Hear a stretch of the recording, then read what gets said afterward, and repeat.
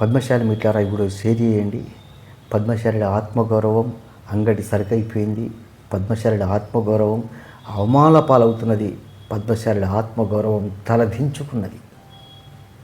ఎంతకాలం ఈ మోసపోవడం, ఎంతకాలం ఈ ఒక్కడి స్వార్థం కోసం యావత్తు పద్మశాలి సమాజం తలదించుకోవడమా? ఇది ఎంతవరకు సబబు? ఆలోచించు పద్మశాలి మిత్రుడా. నిజంగా నువ్వు పద్మశాలి బిడ్డవైతే కూడా షేర్ చేయి.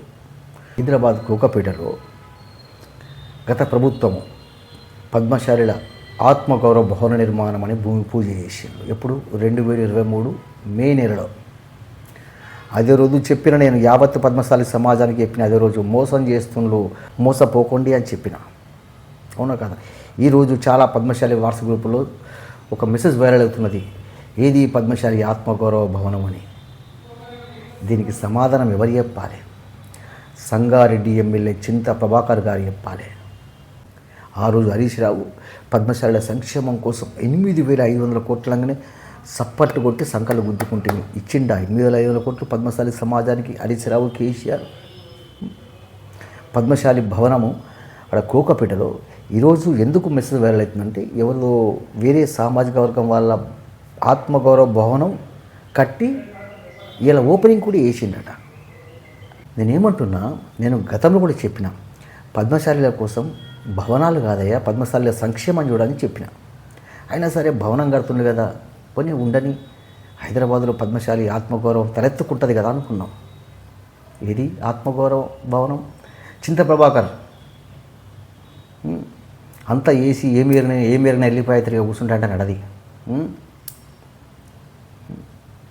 నువ్వు దీనికి సమాధానం చెప్పాలి. పద్మశాలి ఆత్మగౌరవం భవనం కోసం కేసీఆర్ 5 కోట్ల రూపాయలు ఇస్తున్నా అని చెప్పినావు. ఏవి 5 కోట్లు నీ దగ్గర ఉన్నాయా?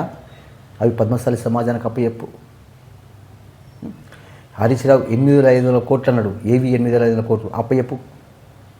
చింతబాబు గారు సమాధానం చెప్పాలండి మీరు.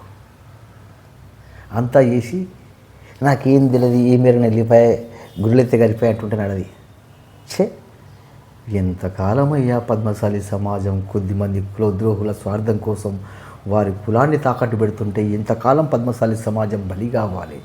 ఎంతకాలం పద్మశాలి సమాజం తలదించుకోవాలి? ఎంతకాలం? ఇంకా ఇలాంటి వాళ్ళను సంఘాలకు పిలిచి సన్మానాలు చేసి బొట్లు పెట్టి బోనాలు పెట్టి జాగో పద్మశాలి సమాజమా జాగో